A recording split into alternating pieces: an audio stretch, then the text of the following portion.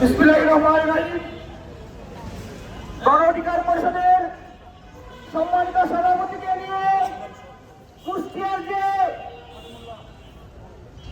MP, যাকে আমার সুস্থ মানুষ বলে মনে হয় না, যার আচরণে মনে হয় সে মানসিকভাবে অসুস্থ এবং একটা মানসিক বিকৃত লোক, সে লোক গণ অধিকার পরিষদের সভাপতিকে নিয়ে সে কটাক্ষ করেছে। তার প্রতিবাদে আজকে গণ অধিকার পরিষদের কুষ্টিয়ার নেতৃবৃন্দ সেখানে প্রতিবাদ করেছিল।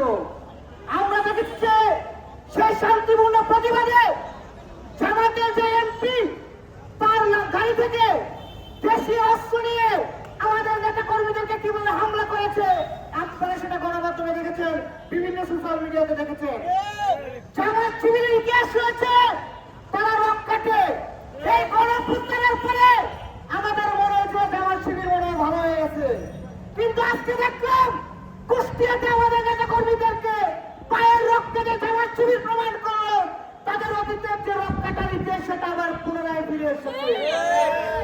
আমরা স্পষ্ট বলতে চাই, এই জামাত শিবিরের রক কাটার ইতিহাস বন্ধ করতে হবে। আওয়ামী লীগ জামাতের রাজনীতি নিষিদ্ধ চেয়েছিল, আমরা জামাতের রাজনীতি নিষিদ্ধ চাই না, কিন্তু জামাত যদি তাদের এই রক্ষাদার ইতিহাস অব্যাহত রাখে তাহলে দেশের মানুষ কিন্তু তাদের রাজনীতি আবারও নিষিদ্ধ চাইবে।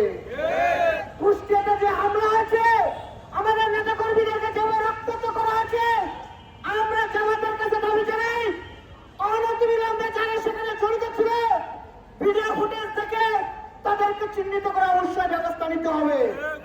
আরেকটি কথা না বললে নয়, এই জামাতের এমপি আমির হামজা তিনি একজন আলেম মানুষ, কিন্তু তার যে ধরনের বক্তব্য, সেসব বক্তব্য শুনলে মনে হয় তিনি কমেডি করেন। শুধু কমেডি নয়, তার আচরণ একটা পাগলের মতো মনে হয়। আমি জামাত শিবিরের মধ্যে আহ্বান জানাবো, এই কুষ্টিয়ার অর্ধ পাগল এমপিকে আগে আপনারা পাবনা নিয়ে চিকিৎসা করেন, তারপরে আপনারা তাকে দলে রাখবেন কিনা সেটা সিদ্ধান্ত নিন।